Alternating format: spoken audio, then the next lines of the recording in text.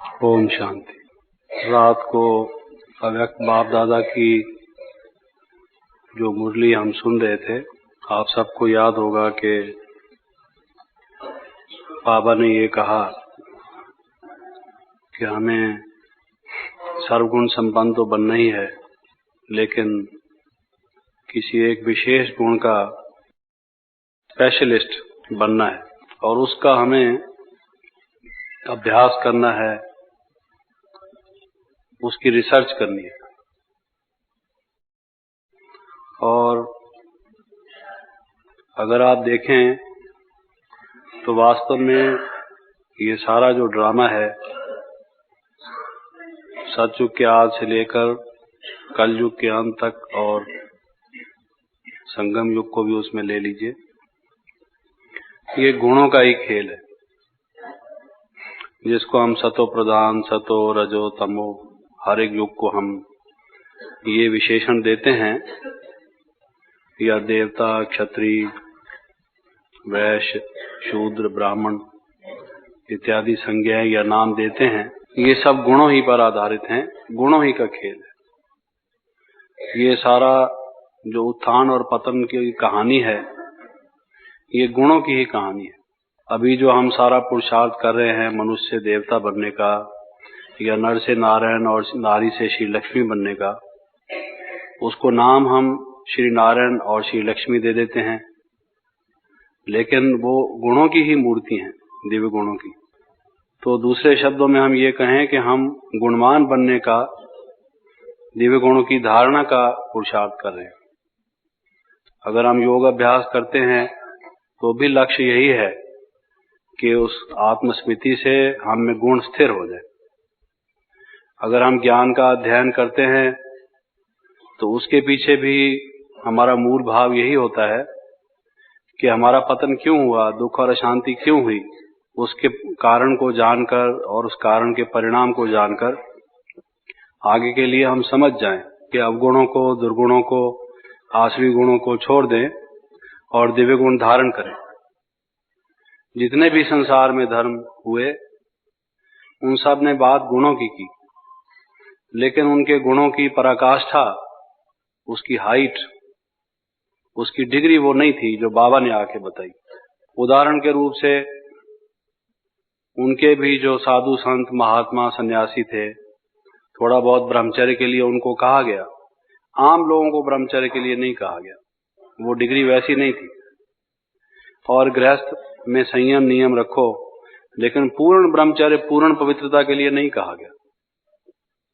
तो अभी जो एक विशेष सारा जो बाबा के ज्ञान का सार है, वो यही कि हमें दिव्य गुण संपन्न बनना है, और वो भी सारे गुण धारण करने हैं, कुछ थोड़े से गुण नहीं। जनरल प्रैक्टिशनर तो बनना ही है, सर्वगुण संपन्न तो बनना ही है। उसमें से बाबा ने कहा कि अपनी अटेंशन को कंसंट्रेट करने के लिए, क्योंकि अगर मनुष्य का ध्यान बिखर जाता है तो वो एक किसी काम में एक क्लाइमेक्स, एक हाइट, एक ऊंचाई नहीं प्राप्त कर पाता। अगर वो एक टिक किसी बात पर जम जाता है, उसके पीछे लग जाता है, तो कहीं वो कुछ पा लेता है। अगर मनुष्य एक एक 2-2 फुट के खड्डे ही खोदता जाए तो वो कुआं नहीं बनता, उसमें से पानी नहीं निकलता। लेकिन अगर एक किसी जगह पर 20, 25, 30, 40, 50 फुट खोद लेता है तो उसका कुछ निकल आता है नतीजा। तो उस एक के पीछे लग जाओ। और बाबा के हर एक बात के कहने में राज है। दरअसल जो एक गुण को भी हम धारण करने का प्रयत्न करेंगे तो ये निश्चय जानिए कि उसके साथ साथ दूसरे गुण भी आएंगे ही आएंगे। ये गुण एक साथ रहते हैं, इनकी आपस में बड़ी फ्रेंडशिप है। एक गुण आता है तो दूसरा स्वतः ही उसके साथ लगा हुआ, जुड़ा हुआ आने लगता है। एक बुराई आती है तो उसके साथ 4 बुराइयां और अवश्य आती हैं। ये बुराइयां भी इकट्ठी रहती हैं, इनका भी सहवास है, परस्पर इनका घनिष्ठ संपर्क है, संबंध है। और जो ये गुण हैं, ये भी, इनका भी अटूट संबंध है। तो एक की तरफ अगर आप ध्यान देंगे तो ऐसा मत समझिए कि बाकी शायद रह जाएं और एक ही आ जाए तो फिर कमी रह जाए कोई, वो आ ही जाएंगे सतह। लेकिन इस ईश्वरीय ज्ञान में जो मेरे भी 30-32 वर्ष गुजरे हैं, जो मैंने बताया ये गुणों का सारा खेल है, इसी का उतार चढ़ाव है। मैंने देखा ये बहुत बड़ा युद्ध है। बाबा ने कहा कि लगता जब सुनते हैं, एक मुरली में कहा था परसों, तब तो लगता है कि बात ठीक है और सहज है, हम करेंगे लेकिन बाद में क्या होता है, उस वक्त सहज लगता है, जब करने उतरते हैं तो कठिन लगता है। और फिर उतरना भी सागर के तल पर है। जैसे बाबा ने कहा कि गुणों के सागर के तल पर पहुंच जाओ और वहां पर रतन लो, तो वो तो जो पूरा तैराक हो वो उतनी गहराई तक उतरे जो साहस करे। तो थोड़ा सा आपके सामने बताता हूं कि मैंने इस गुणों के पुरुषार्थ में जो ही मेन पुरुषार्थ है, बाकी सब इधर उधर की, एक समझिए कि वातावरण तो हमारे यहाँ शांति का, बाबा ने कहा सुख शांति का, पवित्रता का है ही, वही हमें आगे ले जाता है। लेकिन जो सारा आंतरिक पुरुषार्थ है, अंतर्मुखी होकर जो आगे बढ़ने का ये सारा परिश्रम है, हमारा विद्यार्थी जीवन, ये है तो दिव्य गुणों की धारणा का। लेकिन इसमें मैंने देखा है, जहां कहीं मनुष्य हार खा बैठता है, चाहता है दिव्य गुण धारण करूं, लेकिन परिश्रम पुरुषार्थ करने के बाद भी पूरा सफल कई दफा नहीं बन पाता, और कोई इसको सफलता पूर्वक करके आगे बढ़ जाता है। उसके कुछ मूल कारण होते हैं। उसको अगर हम पूरी तरह से समझ जाएं और समझने के बाद अगर वो हमें स्थिर हो जाए, बहुत दफा हम बात को समझते भी हैं, वक्त पर वो बात बुद्धि से हमारे खिसक जाती है। बाबा कहते हैं कि ये ज्ञान पारे की तरह से है, हथेली पर जैसे पारे को रखो तो खिसकता है, ऐसे ही कई दफा वो बात खिसक जाती है। तो सिर्फ समझना ही काफी नहीं, उस समझ को बनाए रखना, उसकी स्मृति को एक सदा के लिए स्थायी बना देना भी जरूरी है। लेकिन वो बातें कौन सी हैं जिनसे इन गुणों की धारणा या उनकी ना धारणा दोनों का संबंध है? मैं ये समझता हूं इस अनुभव से कि एक चीज तो हम जो कई बार भूल जाते हैं इस गुणों की धारणा में, वो है कर्म सिद्धांत, लॉ ऑफ कर्मा, कर्म की थ्योरी जिसको कहा जाता है। और वो तो बहुत बड़ी थ्योरी है, कर्म का सिद्धांत तो बहुत बड़ा है। आप कहेंगे कर्म कर्म कर्म तो हमने समझ रखा है, उसकी बात मैं अभी नहीं कर रहा। सबसे बड़ी बात उसमें एक ये भी है कि Karma is its own reward. कर्म स्वयं ही अपने में एक फल है। हम कई दफा कर्म का फल चाहते हैं कि हमने काम किया, फल तो निकला नहीं। इस आदमी के साथ मैंने अच्छा व्यवहार किया, लेकिन नतीजा तो ये हुआ कि आज ये आदमी मेरे से दुश्मनी करता है। मैंने इस व्यक्ति को बिजनेस में हेल्प की और आज ये अच्छा बिजनेसमैन बन गया और आज ये मेरी जड़ काटने की कोशिश करता है। उस वक्त हम में द्वेष आ जाता है, घृणा आ जाती है, बदले की भावना आ जाती है। कर्म तो हम अच्छा कर रहे थे, उसको हमने सहयोग दिया था, हमने मित्र भाव रखा था, भ्रातृत्व को हमने अपनाया था, लेकिन जब उस व्यक्ति का व्यवहार हमने दूसरा देखा तो फिर हमारी दृष्टि, वृत्ति, स्मृति, स्थिति सब डामाडोल बदल गए। तो हम कर्म का फल जो चाहते हैं, एक दफा ये भूल जाते हैं कि कर्म का फल निकलेगा। आपने देखा जो बहन भाई व्यक्तिगत रूप से मिल रहे थे, एक भाई को बाबा कह रहे थे कि तुम कई दफा कर्म का जल्दी फल चाहते हो, समझते हो कि अभी अभी इसका फल निकल आए, लेकिन किसी किसी कर्म का फल निकलने में समय लगता है, थोड़ा धीरज धरा करो। तो इसका मतलब ये हुआ कि कर्म के सिद्धांत को जानते हुए भी हम ये भूल जाते हैं ना, उस टाइम हम तुरंत उसका नतीजा चाहते हैं कि चूंकि मैंने इस आदमी के साथ भलाई की थी, इसको मेरे साथ भलाई करनी चाहिए थी। हम ये भूल जाते हैं कि मुझे भलाई का फल मिलेगा जरूर, और ये जो व्यक्ति अगर बुराई कर रहा है, इसके कर्म का फल भी इसको मिलेगा जरूर। और अगर मैं सहन करूंगा तो मेरी सहन शक्ति का फल भी मुझे मिलेगा जरूर, और अगर सहन ना करके मैं घृणा और द्वेष करूंगा तो उसका भी कुफल मुझे मिलेगा जरूर। ये बात हम जब भूल जाते हैं तो गुणों से हटकर हम अवगुणों, दुर्गुणों, आसवी गुणों की तरफ चले जाते हैं। तो मेरे ख्याल में ये बात हमें बहुत स्थिरता से धारण करनी चाहिए कि Karma is its own reward. जब मैं कोई अच्छा कर्म करता हूं, सबसे पहले मेरी अंतरात्मा, मेरी जमीर मुझे कहती है कि तूने ठीक कर्म किया। ये बहुत बड़ी बात है। एक मनुष्य को शांति होती है जब वो किसी प्यासे आदमी को पानी पिलाता है, उसकी किसी ने सराहना की या ना की, और जिसको उसने पानी पिलाया उसने धन्यवाद शब्द बोला या ना बोला। लेकिन क्या हमारी अंतरात्मा नहीं कहती कि ये मनुष्य प्यास से मर रहा था और मेरे पास पानी था और मैंने इसकी प्यास बुझा दी, पानी सफल हुआ, और मेरे शरीर की जो अस्तित्व है वो भी सफल हुआ। मैं जो एक सजीव व्यक्ति हूं, मेरा जीना भी सफल हुआ, और मुझे संतोष होता है कि मैंने एक अच्छा कर्म किया। इस बात को जब हम भूल जाते हैं और ये हम समझते हैं कि हमें फल मिले, सबके देखते हुए फल मिले, सब लोग कहें कि हाँ इसने अच्छा काम किया था इसलिए इसको ये फल मिला, ये जो चीजें हम एक्सपेक्ट करते हैं उससे हम गुण धारण नहीं कर पाते। तो इसलिए अगर हमें ये मालूम रहे कि संसार चाहे कुछ भी कहे, ब्रह्मा कुमारी संस्था खराब है, तुम वहां क्यों जाते हो, लेकिन हम अगर ये समझते हैं कि अच्छी संस्था है, अच्छी शिक्षा दी जाती है, मैं इससे अच्छा बन रहा हूं, दिन ब दिन मेरे में सद्गुण आ रहे हैं, उसका कहना उसके साथ है, मेरी धारणा मेरे साथ है। हम उत्तेजित क्यों हो, उस व्यक्ति के प्रति घृणा क्यों करें, हम उसको नीचा दिखाने की कोशिश क्यों करें, और हम ये क्यों असंतुष्ट हो जाएं कि साहब यहां जाना तो मुश्किल हो गया, लोग खामखा की आलोचना करते हैं, शर्म आती है, ना ही जाओ, यहां छोड़ ही दो। तो ये सब जो उल्टी बातें दुनिया में हम कई बार कई तरीके से कई परिस्थितियों में करते हैं, तो मैंने ये देखा है, बहुत देखा है, कई भाई बहन ज्ञान में आए, कई चले गए। एक मुरली में, साकार बाबा की मुरली में जब दादी सुना रही थी, जिन दिनों में मैं यहाँ अभी आया हूँ, उसमें ये कहा था कि सेंटर्स पर भाई बहन आते हैं। आज इस दफा हम गई, दादी भी अपना सुना रही थी, तो 5 व्यक्ति नए थे। अगले वर्ष जब गई तो 5 वो चले गए थे, दूसरे 5 आ गए थे। वो जो 5 चले गए थे, जो हिसाब यूं का तू कुंबा डूबा क्यों, वो जैसे कहते हैं ना भाई बराबर कैसे रहा, वो 5 चले कहाँ गए, तो वो चले इसलिए गए किसी के कहने से, किसी के सुनने से।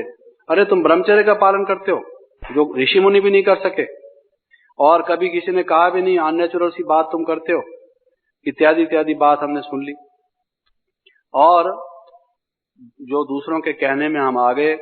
और हम अगर कोई अच्छा काम कर रहे हैं, और जितना अच्छा काम हम कर रहे हैं उससे हमें उतना ही अच्छा ऊंचा फल मिलेगा, यही एक महानता का लक्षण है, उस बात को हम भूल जाते हैं।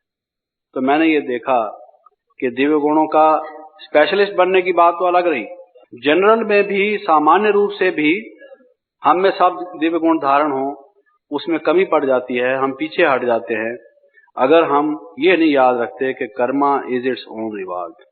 कर्म स्वयं ही अपने में एक फल है। जो मनुष्य शीतल है, जो मनुष्य अंतर्मुखी है, जो मनुष्य सहनशील है, जो मनुष्य संतुष्ट है, वो स्वयं से अपने में ही शांति अनुभव करता है, और शांति कितना भी पैसा खर्च करने से नहीं खरीदी जा सकती, कितना भी संसार में वैज्ञानिक आविष्कार करने से प्राप्त नहीं हो सकती, सिर पटक देने से भी शांति नहीं मिल सकती, सारे संसार को पराजित करने से भी शांति नहीं मिल सकती। जो सद्गुण धारण करता है, दिव्य गुण का मुजस्समा बनता है, वही शांत होता है, और ये एक पहला रिवार्ड है। अगर क्रोध को हम छोड़ते हैं तो हमने खुद जो शांति प्राप्त की, हमें ये स्वयं फल है, जो उसका साक्षात एक हमारे सामने प्रूफ है, उसका एक प्रमाण है कि अच्छा कर्म स्वयं में अच्छा होता है। लोग जो कुछ बात कहते भी रहे, हमें इस बात को ख्याल में नहीं लाना चाहिए। तो मैं समझता हूं अभी जो हम बाबा के वाणी को सामने रख के अपने जीवन को गुणों से सज्जित करने की कोशिश करें, उसमें इस बात को न भूलें।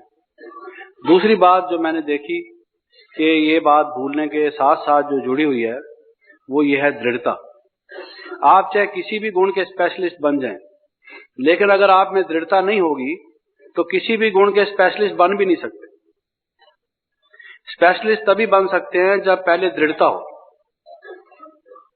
अगर आज आपने सोचा कि मुझ में सहनशीलता थोड़ी कम है और मैं सहनशीलता धारण करूंगा, और किसी व्यक्ति ने खामखा आपको छेड़ दिया, परेशानी में ला दिया, कोई ऐसी उत्तेजनादायक बात कर ली, अन्याय कर दिया, आपके खिलाफ झूठ बोल दिया, निंदा कर दी, आप अच्छा काम कर रहे हैं, आपकी बेइज्जती कर दी, जिसको आप कहते हैं अत्याचार करना भी शुरू किया, और आप उत्तेजित हो उठे, और आपने सुबह या रात को सोते टाइम तो ये विचार किया था कि कल से मैं ये गुण धारण करूंगा, या अभी से करूंगा, जिस समय से भी करूंगा।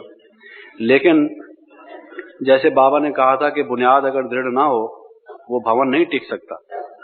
इसी प्रकार से अगर दृढ़ता ना हो तो गुणों की इमारत भी नहीं टिक सकती। पहली चीज है दृढ़ता। ध्रुव, जो ध्रुव की कहानी आती है कि मैं उस परमात्मा पिता को प्राप्त करूंगा, जैसे उसने सोचा तो ध्रुव बन गया। लोग कहते हैं ये ध्रुव तारा वही है, लेकिन बाबा ने क्या कहा कि वास्तव में तुम जो धरती के तारे हो ये उन्हीं की बात है। हम भी अपने उस लक्ष्य में ध्रुव हो जाए, दृढ़ हो जाए, अटल हो जाए, जिसको बाबा कई दफा कहते हैं कि अंगद बन जाए। अंगद शब्द वास्तव में क्या है? अंगद शब्द दो शब्दों का बना है, अंग और दा। दा माने देना, अंग माने जो हमारे फिजिकल ऑर्गन्स हैं, हमारे शरीर की जो इंद्रियां हैं, ये अगर हम बाबा को दे दें तभी हम अचल बन सकते हैं। ये शरीर हमारा है ही नहीं, हम तो बाबा के हो चुके, ये पराई चीज हो गई। अब तो ये हमारे पास अमानत हो गई। अमानत में खयानत हम कैसे कर सकते हैं? किसी की रखी हुई चीज में हम हस्तक्षेप कैसे कर सकते हैं? तभी हम अंगद बन सकते हैं। ये जो सारे नाम रामायण और महाभारत के हैं, ये गुणवाचक नाम रखे हुए हैं, जिसको उसमें जैसा पाठ दिया हुआ है, लोगों ने उनको ये व्यक्तिवाचक नाम मान लिया है ये परिचयवाचक, मनुष्य का गुण बताने वाले, उसके कर्म के अनुसार रखे हुए। तो अंगद की बात इसी तरीके से है कि उसकी टांग नहीं हिला सका, क्योंकि टांग उसकी अपनी थी ही नहीं। भगवान की टांग जो भगवान के अर्पण हो गई, उसको कौन हिला सकेगा? बाबा ने कहा ना कि बाबा बाबा कहोगे माया भाग जाएगी, तो फिर वो रावण कैसे ठहर सके? तो मैं ये कह रहा था कि दृढ़ता, अगर दृढ़ता ही दृढ़ नहीं है, किसी किसी की दृढ़ता तो होती है लेकिन दृढ़ता ही दृढ़ नहीं होती। जैसे वो कहते हैं ना, if the salt loses its savour, अगर नमक में ही नमकीनपन न रहे तो दुनिया में कोई चीज नमकीन रहेगी कैसे? सारा जो भोजन हम बनाते हैं उसमें नमक डाल के ही तो नमकीन टेस्ट बनाते हैं, और नमक में ही नमकीनियत चली जाए तो फिर हमारा खाना जो है वो नमकीन बनेगा कैसे? अगर दृढ़ता में ही दृढ़ता ना हो तो फिर दृढ़ता गुणी क्या रहा? हम कहते हैं हाँ जी हमने बड़ी दृढ़ता से विचार किया है, अब तो हम दृढ़ता धारण करेंगे, लेकिन दृढ़ता धारण करने में भी पहले दृढ़ता की जरूरत है। दृढ़ता एक कोई टाई मैंगो नहीं है। आम तो जो मिट्टी का बना हुआ एक कुम्हार बनाता है, उसको अच्छा सा रंग रोगन लगा के रख देता है। आपने देखा होगा किसी होली के दिन कोई बादाम किसी के आगे रख देता है, होता है लकड़ी के बने हुए। वो व्यक्ति खाने की कोशिश करता है, दांत टूटने लगते हैं, चबा तो सकता नहीं, मजाक होता है, वो तो करने वाला भी मजाक के भाव से करता है। इसी तरीके से फल वाले जो हैं, आपने देखा होगा कि दुकान को बड़ा दिखाने के लिए आम के टोकरे में जहां 100 आम रखेंगे, 50 मिट्टी के आम भी रख देंगे ताकि लगे ऐसे कि दुकान भरी रखी है सारी।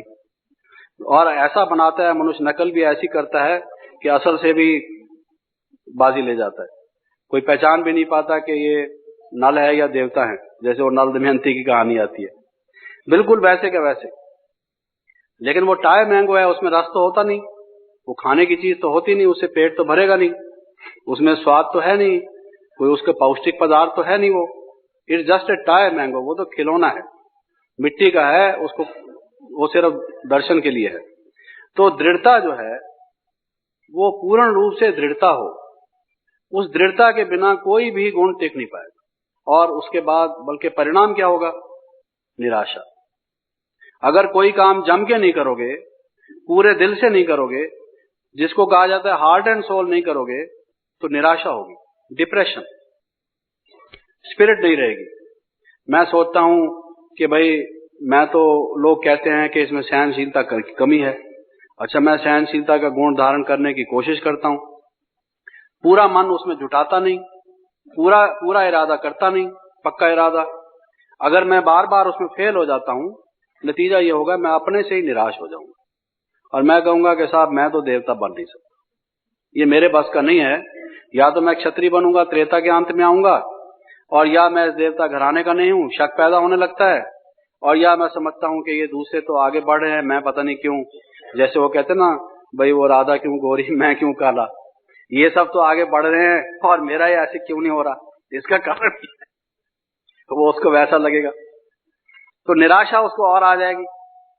तो इसलिए मैं ये समझता हूं कि कोई काम हम करें तो हार्ट एंड सोल, जबकि हमने समझ लिया कि गुणों से लाभ है, गुण ही धारण करने हैं, ये हमारे जीवन का लक्ष्य बन चुका। और लक्ष्य हिंदी में दोनों बातों को कहते हैं, जो हमारे जीवन का एक हमने मकसद बना लिया वो भी लक्ष्य है, और जो कोई सिपाही बंदूक से किसी चीज का निशाना जुटाता है उसको भी लक्ष्य कहा जाता है। तो वो बिल्कुल आंख वही जमाए रखता है, अगर इधर उधर की तो फिर उसका निशाना जुट नहीं पाता। लक्ष्य के ये दोनों मतलब होते हैं, और बाबा ने कह दिया है कि लक्ष्य से ही लक्षण आते हैं। जब मेरा ये पक्का इरादा हो गया कि मैंने सर्वगुण संपन्न, 16 कला संपूर्ण, संपूर्ण निर्विकारी, मर्यादा पुरुषोत्तम ये सब बनना है, दिव्य गुण धारण करने हैं, पहले बाबा ये कहता है कि देखो बच्चे, इस ईश्वरीय विश्वविद्यालय में एम एंड ऑब्जेक्ट बताया जाता है जो और कहीं नहीं बताया जाता। तो यहाँ जो पढ़ाई पढ़ी जाती है वो हमें मालूम है हमें क्या बनना है, और क्या बनना है जब तक मनुष्य को मालूम ना हो जाना किधर है। आवारागर्द और मुसाफिर में क्या फर्क होता है? मुसाफिर तो किसी मंजिल मकसूद की तरफ जाता है, और जो आवारागर्द होता है वो कहीं भी चला जाए, उसका कोई लक्ष्य तो है नहीं, चाहे राइट को, चाहे लेफ्ट को, चाहे नॉर्थ को, चाहे साउथ को, वो कहीं भी चला जाए। तो हमने तो लक्ष्य धारण किया है ना। भक्ति मार्ग में तो माफ कीजिए हम क्या करते रहे, हमारा कोई लक्ष्य था ही नहीं, क्योंकि हमें किसी ने पढ़ाया ही नहीं कि हमारे जीवन को हमने किधर ले जाना है। बाबा अब के हमारे गाइड बने। तो जब हमने अपना ये लक्ष्य बना लिया तो अब हमें इधर चलना चाहिए।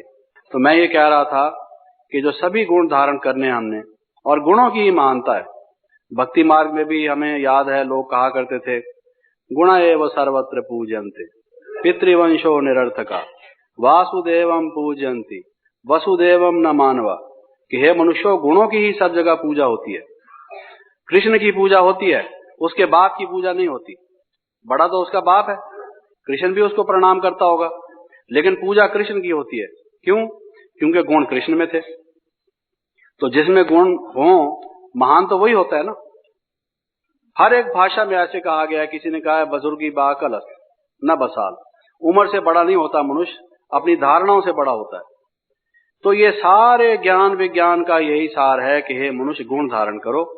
दुख और अशांति से अगर हमेशा के लिए छूटना चाहते हो तो गुण धारण करो, दिव्य गुण धारण करो।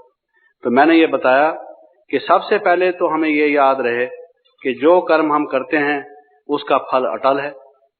चाहे योगी कोई कहलाए, चाहे महात्मा कोई कहलाए, चाहे कोई साधारण व्यक्ति कहलाए, उसका कर्म उसका पीछा नहीं छोड़ेगा, वो कहीं भी चला जाएगा, कर्म उसके साथ जरूर जाएगा, इस चोले में हो या अगले चोले में हो, कि जो कर्म हम करते हैं उसका फल अटल। चाहे योगी कोई कहलाए, चाहे महात्मा कोई कहलाए, चाहे कोई साधारण व्यक्ति, मनुष्य की छाया भी छोड़ जाएगी, लेकिन ये नहीं छोड़ेगा। तो फिर क्यों ना हम अच्छा कर्म करें, दिव्य गुण युक्त कर्म करें। और फिर दूसरा मैंने कहा कि दृढ़ता जब हम अपने जीवन में धारण कर लें कि हमने ये देव गुण पूर्ण रूप से पराकाष्ठा से धारण करने हैं, तब हमें ये गुण आएंगे।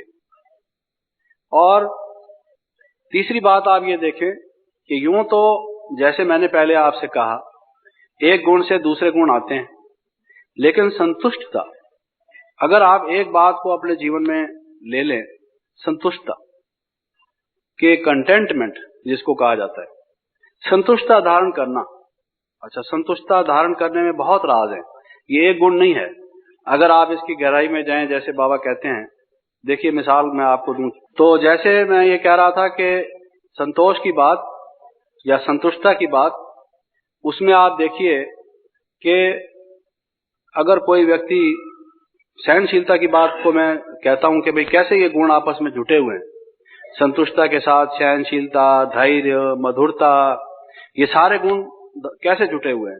अगर इस एक को आप धारण करें तो और सब कैसे आ जाएंगे, उसकी मिसाल मैं देना चाहता हूं। आप जैसे देखिए, एक व्यक्ति है आपके साथ ठीक व्यवहार नहीं करता, ईर्ष्या द्वेष करता है, अनुचित, मर्यादा से विहीन एक व्यवहार आपसे करता है, और एक दिन नहीं करता, 2 दिन नहीं करता, आपको पिन प्रिक्स लगाता ही रहता है, कांटे चबोता ही रहता है, कोशिश करता है आपको जगह जगह नीचा दिखाने की, परेशान करता है। अच्छा, अब आप कहेंगे कि भाई ऐसी परिस्थिति में क्या कौन संतुष्ट रह सकता है? इम्पॉसिबल। एक व्यक्ति पीछे ही पड़ गया हाथ धोकर, हमारे पता नहीं क्या बात है, और पीछा छोड़ता ही नहीं। हम अपना रास्ता अलग कर लेते हैं तो भी वो नहीं छोड़ता, बात क्या है वो भी नहीं हमें मालूम। तो कैसे हम सोचें कि भाई हम अपने जीवन से संतुष्ट रहेंगे ऐसी परिस्थिति में। लेकिन अब संतुष्टता में सब गुण कैसे आ जाते हैं और क्यों हम रहें, इस एक बात को आप मिसाल के तौर से देख लें। पहली बात मैंने जो आपसे कही थी कि Karma is its own reward, कर्म स्वयं में एक फल है। आप ये मत सोचें कि कर्म का फल मिलेगा, वो तो बाद में मिलेगा, निश्चित रूप से वो तो मैंने आपको कहा अटल है, लेकिन सद्गुण या अच्छा कर्म स्वयं में एक फल है। आप उसको सामने अगर आप रखें, अगर कोई व्यक्ति हमसे दुर्व्यवहार करता है, हमें परेशान करता है, जिसको बाबा तो कहते हैं भाई आप अपनी शान से परे क्यों होते हैं जो परेशान होते हैं, लेकिन उसकी बात अभी मैंने चर्चा करके मैं ये कहता हूं, मान लीजिए कोई करता है और हम ऐसा महसूस करने लगे हैं, ऐसी परिस्थिति हो गई है जिसकी वजह से बाबा हमें ऐसे पॉइंट्स देते हैं, जरूरत पड़ती है इस बात की। तो आप ये क्यों भूल गए कि वो जो व्यक्ति उल्टा कर्म कर रहा है या तो हमारे ही पूर्व कर्म का फल है, क्योंकि कर्म जब हमने मान लिया कि फलदायक है, कर्म कोई ऐसा तो है नहीं कि भाई वो नष्ट हो जाएगा, या तो जो वो हमारे साथ अनुचित, मर्यादा विहीन, दुखप्रद, बदला लेने वाला, ईर्ष्या द्वेष पर आधारित जो कर्म वो कर रहा है, या तो वो हमारे ही किसी कर्म का फल है। उससे भी हमें फिर ये सोचने की जरूरत नहीं कि क्यों कर रहा है, क्यों वाला तो क्यों में ठहरता है। और ये प्रश्न अगर हम करते हैं तो धारणा हमारी एक तरफ रह जाती है, टाइम हमारा निकल जाता है और समय बाबा कहते हैं अनमोल है। क्यों का प्रश्न तो बाबा ने हल कर दिया है कि कर्म का फल है, कुछ पिछला हिसाब किताब है जिसको बाबा कहते हैं। अगर वो हिसाब किताब है तो भाई चुकता करो, बिना चुकता करने के यहां धर्मराजपुरी में करना पड़ेगा, चुकता तो करना ही पड़ेगा ना। और दूसरा तरीका चुकता करने का बाबा कहता है योग लगाओ, और योग आपका लगेगा नहीं अगर आप उसकी बात को महसूस करोगे, परेशान हो जाओगे सचमुच, तो योग लगेगा नहीं, वो भी फिर चुकता उस तरीके से भी करना ही पड़ेगा। तो क्यों ना कंटेंटमेंट से, संतोष से, संतुष्टता से कि भाई जो है वो हिसाब किताब वो तो सामने आना ही है और कर्म का फल तो मिलना ही है, अगर हमारे किसी पूर्व कर्म का फल है तो। अच्छा, मान लीजिए कोई कहता है मैं ये कैसे मानूं कि साहब जो कुछ भी कोई करता है वो मेरे ही कर्म का फल है, वो खुद भी तो अभी ये नया उल्टा कर्म कर सकता है। सारे पिछले ही कर्मों का फल मेरे ही सिर पर दोष क्यों, मैं ही बंधा हुआ हूं हर एक बात में, I am always in the dark. भाई यही व्यक्ति उल्टे कर्म करने वाला है, सभी से पूछ लीजिए, सब कहते हैं कि इसकी आदत खराब है, इसके संस्कार अच्छे नहीं, ये मेरे ही साथ थोड़ी ऐसे करता है, ये तो इसकी नेचर है, ये तो हर एक के साथ ऐसे करता है। चलो हमारा कोई पूर्व कर्म का हिसाब किताब ना सही, उसी व्यक्ति का सही, अगर उस व्यक्ति का है तो मैं क्या चाहता हूं कि वो ना करे, लेकिन ना करे जो संस्कार हैं।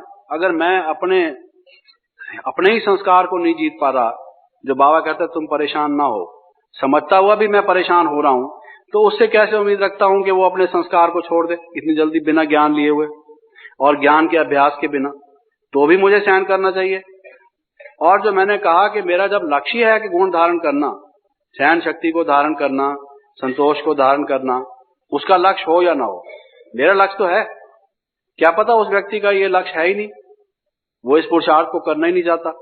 मैं अपने से पूछता हूं, मैंने तो ये लक्ष्य धारण किया है ना, जब मैंने ये लक्ष्य धारण किया है उसको क्यों देखता हूं। सवाल यह है कि मैंने कहा कि लक्ष्य से लक्षण आएंगे, अगर उसको देखोगे तो फिर तो ये लक्षण आएंगे नहीं, तो भी मुझे ये अपने जीवन में धारण करना चाहिए। तो आप ये देखेंगे कि हर लिहाज से ये मेरा विवेक, मेरी जजमेंट, मेरा निर्णय, मेरे जो ज्ञान है कर्म के सिद्धांत का, वो मुझे बताता है कि ये गुण धारण करने में ही तुम्हारा फल है। तो जब मैं संतोष धारण करता हूं तो आप ये देखिए कि उसके पीछे कितनी गहराई समाई हुई है। मेरे में सहनशीलता तो आ ही गई, संतोष तो उससे भी ऊंची चीज है। संतोष या संतुष्टता तो तभी आएगी जब पहले मैंने सहन तो कर ही लिया, अगर सहन ही नहीं करूंगा संतुष्टता तो उससे पहले ही समाप्त हो जाएगी। संतुष्टता तो टिकी हुई है मेरी सहनशीलता पर, सहनशीलता ही ना रहे, आधार ही ना रहे, तो अधिष्ठित चीज कैसे रह सकती है, उस पर टिकी हुई चीज कैसे टिक सकती है जो टिकाव का आधार ही ना रहे। तो जब मैं ये संतुष्टता धारण करूंगा, एक ही गुण धारण कर लूं कि मैं सदा संतुष्ट रहूंगा, क्योंकि संतुष्टता स्वयं में एक खुशी है। कहते हैं संतोष धन सबसे बड़ा धन है, इस जैसा धन कोई नहीं संसार में। एक व्यक्ति करोड़पति हो सकता है, लेकिन ऐसा हो सकता है कि उसमें संतुष्टता ना हो, लेकिन एक व्यक्ति निर्धन हो सकता है, कहते हैं कि वो और ज्यादा दौलतमंद है, मालदार है, अगर सच्चाई की निगाह से देखा जाए, अगर उसके पास संतोष धन है तो वास्तविक धनी वही है। तो क्यों ना मैं संतुष्टता का गुण धारण करूं। और इसके पीछे मैंने जैसे बताया वो सहन शक्ति जुटी हुई है। अच्छा, सहन शक्ति अकेली नहीं, आप इसको जैसे मैंने कहा ना कि सभी गुण जुटे हुए हैं। सहन शक्ति अकेली नहीं आती। अगर आपने सहन शक्ति धारण कर ली, उस व्यक्ति के प्रति घृणा नहीं रहेगी आपकी। अगर घृणा रहेगी तो सहन नहीं कर सकेंगे। अगर द्वेष रहेगा तो आप धारण नहीं कर सकेंगे वो। अगर शीतलता नहीं रहेगी तो सहन नहीं कर सकेंगे। अगर उस व्यक्ति के प्रति आपका मित्र भाव नहीं रहेगा, दुश्मनी महसूस करेंगे, तो फिर वो सहन शक्ति नहीं आ सकेगी। सहन शक्ति तभी आएगी, अरे भाई ये मेरा भाई है, हम एक पिता की संतान है, बेचारा ये अपने संस्कारों से मजबूर है, ठीक हो जाएगा। ये भी उसका एक कैदी है माया का, मुझे इसको छुड़ाने की कोशिश करनी चाहिए, मैं क्यों अपने पद से विचलित हूं। जब आप में ये अच्छे भाव आएंगे तभी वो संतोष या संतुष्टता आएगी ना, उसके बिना ये थोड़ी आ जाएगी। तो देखिए, एक संतुष्टता गुण में कितने गुण समाये हुए हैं, एक गुण में। और अगर आप इस गुण को धारण न करें तो और गुण कैसे आएंगे। तो इस एक गुण को भी मैं समझता हूं, जैसे गुणों की धारणा में जो जनरल प्रैक्टिस बाबा ने कही, भाई स्पेशलिस्ट बनने से पहले, तो जैसे मैंने 3 चीजें अभी तक आपको बताई। एक तो ये कि Karma is its own reward, कर्म स्वयं में एक फल है और मीठा फल है। फल सिर्फ ऐसा नहीं, फल तो कई टेस्ट का होता है, खट्टा भी फल होता है। संतरा कोई हमें खाने को दे दे और ऐसा खट्टा हो कि दांत भी किड़किड़ा उठे, तो उस संतरे को हम क्या करेंगे। संतरा अच्छा फल है, लेकिन देखने में भी, और कुदरत ने पैकिंग भी उसकी कैसे की है, खोल के देखो तो कैसे उसमें वो किया हुआ है। इतनी पैकिंग कोई मनुष्य किसी फैक्ट्री में कर ही नहीं सकता। और ऐसा रस बनाया है, लोगों ने काफी करने की कोशिश बहुत की है। टिकिया बनाते हैं बच्चों के चूसने के लिए लोग संतरे के टेस्ट की, लेकिन संतरा फिर भी संतरा है। फिर भी अगर उसमें वो ऐसा खट्टापन हो तो कौन उसको खाएगा, आप सोचें। तो मीठा फल है कर्म। जो मैं कह रहा था कि फल है, वो हिंदी में उसका अनुवाद ठीक मैंने नहीं किया। रिवार्ड अच्छे फल को कहते हैं। जब मैंने अंग्रेजी में कहा कि कर्म इज हिज ओन रिवार्ड, तो उसका सुफल है। कर्म अपने में एक सुफल है, एक मधुर फल है, ऐसा आप कह सकते हैं। एक पुरस्कार है, एक उसका इनाम है, समझ लीजिए आप, ऐसा उसको माने। और दूसरा मैंने कहा कि दृढ़ता के बिना नहीं होगा। तीसरा मैंने कहा कि संतुष्टता के बिना हम में और धारणा नहीं होगी। चौथी एक बात जो हमें दिव्य गुणों में सिद्ध कर सकती है, और अगर हम उसको सामने ना रखें तो नहीं कर सकती। जीवन में मायूसी, उदासी, निराशा, कितनों को ही मैंने देखा। बाबा कह रहे थे, जो बहन भाई बाबा से व्यक्तिगत रूप से मिल रहे थे, इसमें उत्साह है। बाबा कईयों में कह रहे थे, इस बच्चे में उत्साह है। उसको कह रहे थे, आप में उत्साह है और हमेशा उत्साह बना रहेगा, ये तुम्हारी सफलता का साधक है। उत्साह बहुत बड़ी चीज है। उत्साह के बिना मनुष्य मरा हुआ है, मुर्दे के बराबर है, मुर्दे से भी गया गुजरा है। जब मनुष्य में उत्साह निकल जाता है, उसका सांस भले चल रहा हो धोंकनी की तरह से, लेकिन वो चींटी भी उस पर चली जाएगी तो भी उसको कुछ मालूम नहीं, वो कुछ भी नहीं कर सकता उत्साह के बिना। और तो छोड़ दीजिए, जैसे पत्थर खुद नहीं तैरता, लेकिन अगर किसी के साथ बांध दो तो उसको भी डबो मारता है, ऐसे ही उत्साहहीन व्यक्ति न केवल स्वयं मरा हुआ होता है, मैं आपको बताता हूं अनुभव से, उत्साह भंग वाला व्यक्ति कईयों को डबो देता है, वो ले डूबता है कईयों को। खुद अगर मान लो क्लास में ना जाने का उत्साह हो, कहेगा क्या यार रोज रोज तुम क्लास में जाते हो, चलो चलो आज फला काम करते हैं, फिर कभी करेंगे। सर्विस करनी हो, कहेगा तुम्हें तो रोज सर्विस की लगी है, छोड़ो छोड़ो क्या सर्विस की लगी है। तो जो उत्साहहीन का व्यक्ति होगा, वो जहां जहां मिलेगा अपना जो संक्रामक रोग है, इन्फेक्शन, ये फैलाएगा। ये समझ लीजिए कि वो ऐसा रोगी नहीं है आम रोगी, उसके बोल, उसकी एक्टिविटी वो दूसरों को भी घायल करने वाली होगी। वो एटम बम की तरह से व्यक्ति है जो उत्साहहीन व्यक्ति हो, वो फटेगा जहां तहां जाएगा, कईयों का भी विध्वंस करेगा। उत्साह बहुत बड़ी चीज है। इस विश्व परिवर्तन के लिए एक बहुत भूमिका बनाने वाली जो जबरदस्त चीज है, आत्मिक शक्ति का विकास करने वाली। कोई आदमी रेस में शामिल ही नहीं होता, कहता है मैं रेस में फलाना फलाना ये मशहूर आदमी है, मैं इनके साथ क्या रेस करूंगा। और कोई व्यक्ति वो कहता है क्यों नहीं करूंगा, आज हारूंगा कल फिर जीत जाऊंगा, मैं जाऊंगा सही, रेस में हिस्सा जरूर लूंगा। ये उत्साह है। माउंट एवरेस्ट पर चढ़ूंगा, लोग उसको कहते हैं कैसे चढ़ेगा, तेरी शक्ल ही नहीं है माउंट एवरेस्ट पर चढ़ने की, तू बिल्कुल लड़खड़ा सा रहा है, टांगों में तेरे दम नहीं, तेरी हड्डियां निकली हुई है, ठोड़ी निकली हुई है, और तू माउंट एवरेस्ट पर चढ़ेगा। उसकी शक्ल देखकर उसको कहते हैं कि शक्ल तो देखो, है जी। लेकिन वो शीशे के सामने खड़ा होकर अभ्यास करता है, पुरुषार्थ करता है, अपने मसल्स देखता है, अपना एक साइकोलॉजिकली अपने आप को इम्प्रूवमेंट करता है। दुनिया मुझे क्या समझती है, मैं करके दिखाऊंगा, करके दिखाऊंगा, मेरा जीवन ये व्यर्थ नहीं जाएगा, ये किसी प्रयोजन के लिए मिला है, ये किसी लक्ष्य की सिद्धि के लिए मिला है। अगर और कोई दो हाथ पांव वाले मनुष्य है, मैं भी हूं, मैं क्यों नहीं कर सकता अगर दूसरा कोई कर सकता है। वो जो उसकी बताते हैं कि वो जो एकलव्य अभ्यास करता रहता था और किस तरीके से वो बाण विद्या में निपुण हो गया था। अगर मैं अपना एक लक्ष्य बना लूं और उसमें वो कहते हैं कि अगर मिट्टी का बना हुआ मटका भी जहां रखते रहो, पत्थर भी घिस जाता है रखते रखते। अभ्यास करते करते क्या नहीं हो सकता। तो उत्साह अगर मनुष्य के मन में आ जाता है तो क्या नहीं कर गुजरता। और जो उत्साहहीन व्यक्ति होता है कि साहब 108 या 8 या 16,108 या 9,16,108 में हमारे आने की तो क्या बात है, गुंजाइश ही कहाँ है, हम इतना पीछे आए, इतनी मुद्दत से लोग रेस में शामिल हैं। तो पहले ही पहले ये डिफीट, मन के हारे हार है, मन के जीते जीत, हमने पहली ही बाजी हार दी। This is our first defeat. किसी ने कहा है कि जो इस प्रकार के व्यक्ति होते हैं वो मौत के आए से पहले कई दफा मर चुके होते हैं, बेआई मौत। तो ये गलत है। वो कहते हैं the cowards die many times before death. जो बाबा को, आपको याद होगा, एक व्यक्ति जो बाबा से मिल रहे थे, इसी आज की ही बात है, रात की या सुबह की, बाबा ने उसको कहा कि तुम्हारे में करेज, उत्साह और करेज, ये दोनों एक ही कायन के दो साइड्स हैं, जुटे हुए से गुण हैं। करेज के बिना उत्साह नहीं हो सकता।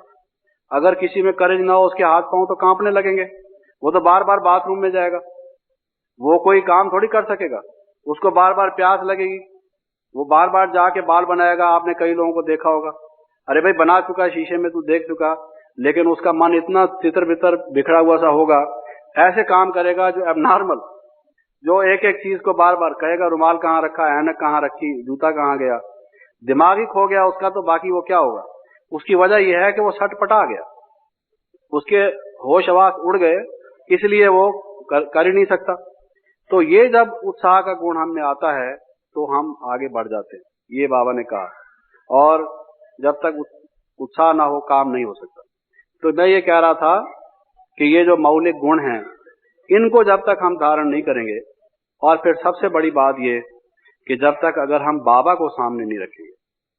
बाबा ने हमेशा कहा है कि जो आदर्श आपके सामने होगा, आदर्श कोई आपके सामने कोई प्रतिमा होनी चाहिए, कोई उपमान होना चाहिए, कोई इमेज होना चाहिए जिसको आप फॉलो करो, जिसको आप धारण करो। हमें मालूम है कि जब लोग इतिहास पढ़ते हैं, कोई समझता है मैं शिवाजी की तरह से बनूंगा, कोई कहता है मैं महाराणा प्रताप की तरह से बनूंगा, कोई बहन कहती है कि मैं रानी लक्ष्मी झांसी की तरह से बनूंगी, झांसी की रानी की तरह से बनूंगी। कोई किसी अपने अपने जीवन में जिसको जिससे प्रेरणा या उत्साह मिलता है तो वो उससे प्रेरित होता है, और उस प्रेरित से होके ही वो प्राणभूत होता है, और वो कोशिश करता है कि मैं इसको अपना प्राप्त करूंगा।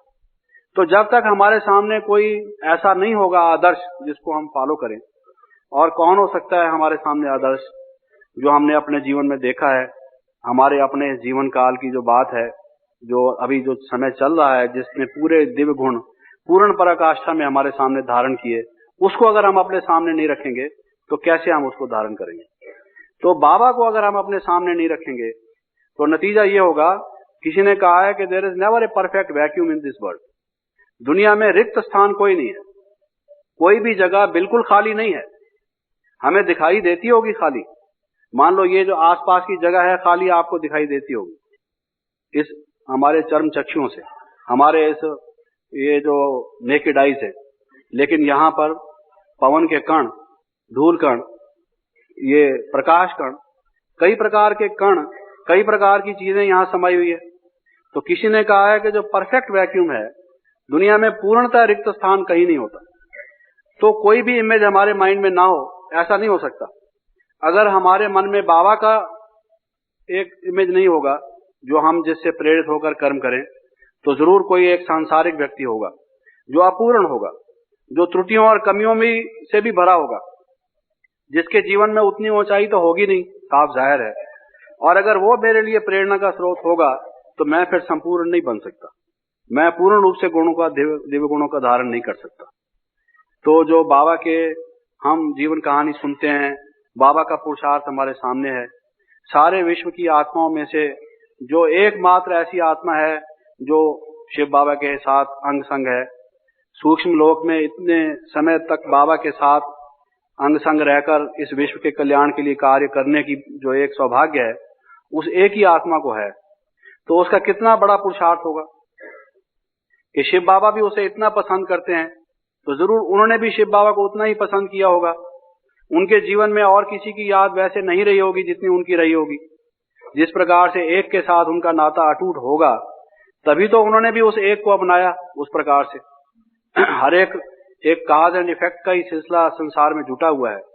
तो जब बाबा के जीवन को हमने साकार जीवन में भी स्वयं देखा, और अभी भी बाबा का जो कर्तव्य है, बाबा का जो प्रेम, बाबा का जो स्नेह, बच्चों के प्रति कल्याण की जो भावना, उनकी जो अथक सेवा, उनके जो आत्मिक दृष्टि, आत्मिक स्थिति, उनका शिव बाबा से अटूट प्यार, लगन, और कितने गुण गिनते चले जाएं, बाबा कितने तेरे गुण गाएं, कितने गुणों का वर्णन कर सकते हैं हम।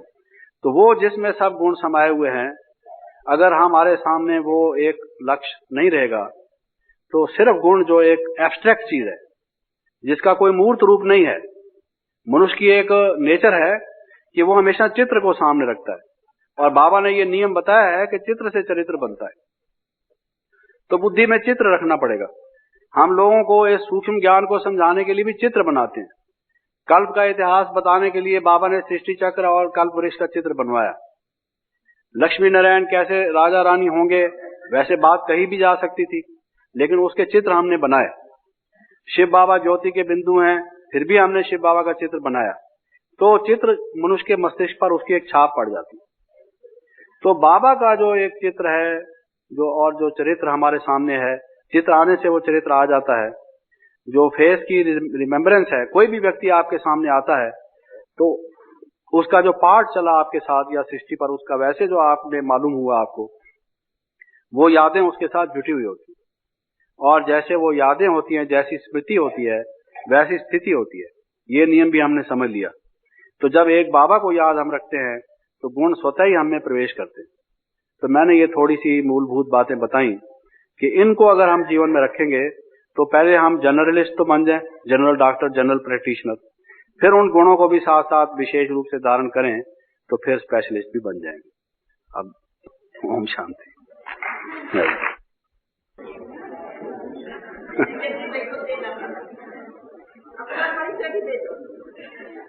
अपना परिचय तो ये है कि मैं एक ज्योति बिंदु आत्मा हूँ। परम धाम से आया हूँ। आए हुए 5000 वर्ष हो चले हैं, और ये युगों का आप लोगों के साथ, भाई बहनों के साथ पाठ बजाया है। फिर मिले हैं बाबा के सिक्की लद्दे बच्चे। ये परिचय है।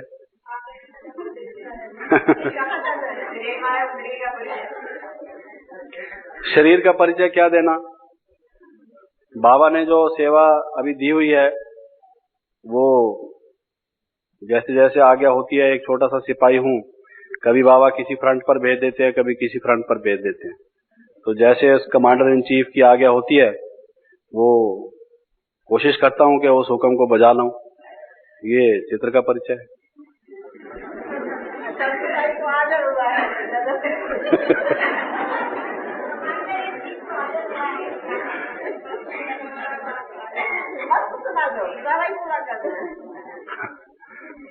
आप लोगों ने कभी देखा है मुझे कभी गजल सुनाते हुए, या गजल आपको मालूम है? तो फिर जागना है जाग ले, जागना है जाग ले, अफलाक के साया तले। जागना है जाग ले, अफलाक के साया तले। हश्र तक सोता रहेगा, हश्र तक सोता रहेगा, खाक के साया तले। ओम शांति।